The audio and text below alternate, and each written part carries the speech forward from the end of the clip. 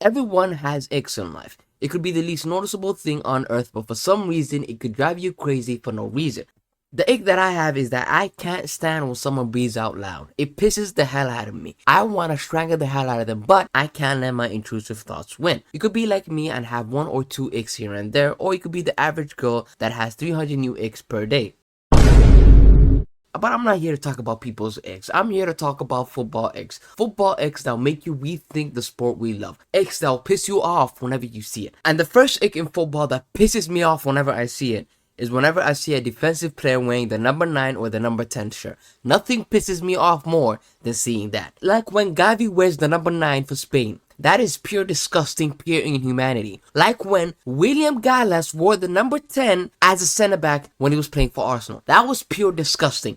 Honestly, a kid that plays FIFA will not do such atrocities. But for some reason, Arsene Wenger thought, hey, William Gallas, you're a center back. Let me give you the number 10 shirt. The most creative shirt. The most beautiful shirt in football. Let me give it to you, the center back. I mean, William Gallas, who doesn't even have a single ounce of creativity in his body, let alone in football, was rewarded with the number 10 as a center back.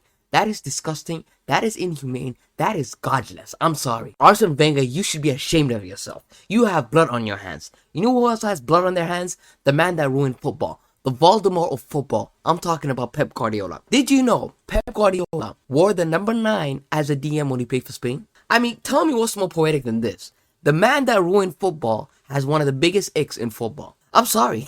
That is poetic as hell. Even the great Shakespeare will not come up with such poetry. This just shows you how the world works, man. The world works in beautiful, mysterious ways. It's just weird when I see a striker not wearing the number 9. Honestly, it's like me living in a virtual reality. Nothing next to me is real. Because I don't understand how strikers don't want to wear the number 9. I'm seeing strikers in this generation wearing the number 13 over the 9 because 13 has a sentimental value for them. Ugh, 13 was the year that I made my professional debut.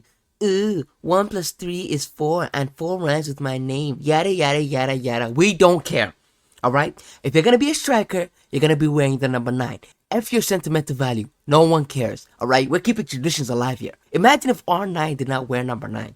Imagine if Messi did not wear number 10. Imagine if CR7 did not wear number 7. Imagine if you wore 5. Because I'm seeing right now wingers wearing the number 5 as wingers. That is disgusting. I'm sorry.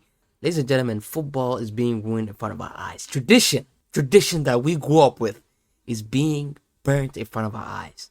Woke ideology is infiltrating our youth. We have to do something about it. What's next now, huh? What's the next woke ideology? Goalkeepers not trying to wear the number 1? Oh my God, it's already happened. Oh my God, no.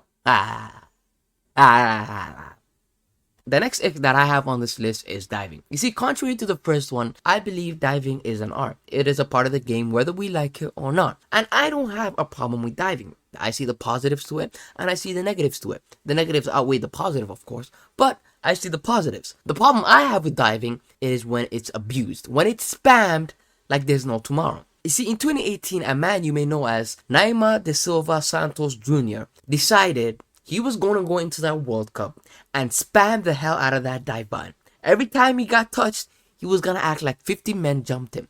Every time someone breathed on him, he was going to act like he got sniped from point blank range. The hooliganism we saw from Neymar in that World Cup was nothing short of a disgrace. Especially at a World Cup. You see, the World Cup is when casuals and non-footballing fans lock in for a month and just watch football.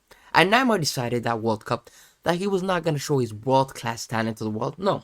He was going to show his subpar acting. And because of that, our beautiful, beloved sport for a month was berated because of Neymar. At that World Cup, he was memed beyond repair. I mean, every social media you went on, front page was Neymar getting memed. But because of his nonsense at that World Cup, Neymar single-handedly destroyed our sport. He has done damage to our sport. You see, while he was doing that nonsense, little did he know that he created monsters. And the king of all of those monsters is Anthony. I mean, look at this man trying to dive. Look at this. Look at this. This is cringe, honestly. This pisses me the hell off. This is pure cringe. You know what else is pure cringe? When I see defenders dive. When I see center backs, 6'6", 250 pounds pure muscle, 7 inches diving. That honestly pisses me the hell off. And the man that's supposed to protect my team, the man that's supposed to defend my team with a goddamn beard, is diving on the floor like a bitch. Oh my God. You could call me old, you could call me whatever the hell, but I can't stand when I see a defender diving. Football is dying, ladies and gentlemen. Oh my god. And the last ick that I have on this list is wingers that can't beat their man 1v1. In this generation, we don't have wingers anymore. We have cardio merchants. We have sprinters. We have marathon runners. People that should be at the Olympics right now as we speak, but play football. You see, back in the day when I used to watch a compilation on my favorite winger ripping up defenders, as I'm watching that compilation, I used to bump my head. I used to feel something magical. Reason why? It's because of the background music was Brazilian. I used to bump my head to the Brazilian music. Nowadays, when I watch compilations of wingers, first of all, they can't beat them at 1v1. It's them out sprinting their defenders. Secondly, when I'm watching the compilation, for some reason, the background music is always some Indian guy singing in the box. Fucking, you are fucking, you bloody, you bloody, bastard, bitch, you bloody, fuck you, bloody, fucking mother, bloody, fuck, bitch. Of course, no disrespect to Indians, but you get what I'm trying to say, right? That's how much wingers have fallen off from the past. Perfect example right now. Chelsea have gone from Eden Hazard to the Ukrainian Usain Bolt. No touch, no finesse, pure pace for 100 million. That's how much wingers have fallen off. And there's only one man to blame for this pandemic. There's only one man that we could point the finger at. And it's the balls fraud known as Pep Guardiola. And I'll give you an example for why we should blame him. We saw this man single-handedly destroy the most exciting winger in the Premier League, Jack Grealish. Before he joined Manchester City, this man was regarded as the flashy guy, the chicory guy, the Neymar region, right? The Hazard region. He goes to Manchester City. What happens? Pep Guardiola turns him into a goddamn monster. He turns him into a pass-back merchant. He turns him into a touchline winger merchant.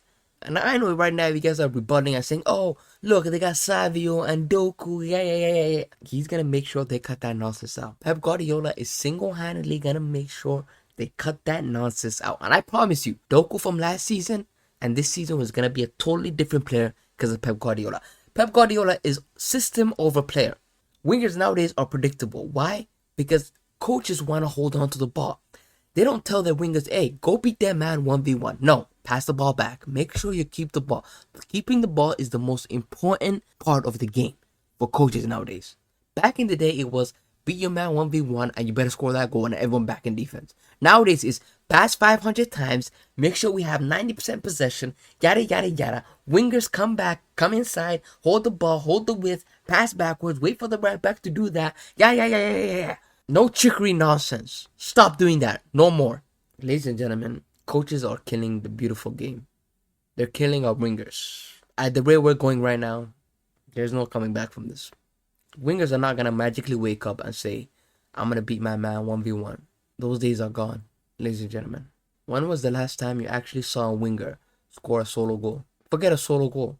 When's the last time you saw a winger beat 3 men in a row? I mean, back in the day, it was common. Every time you see goals of the month or trickery of the month or skill of the month, you would see a winger do something magical against 3 defenders. Nowadays, you have to wait a year just for that to happen.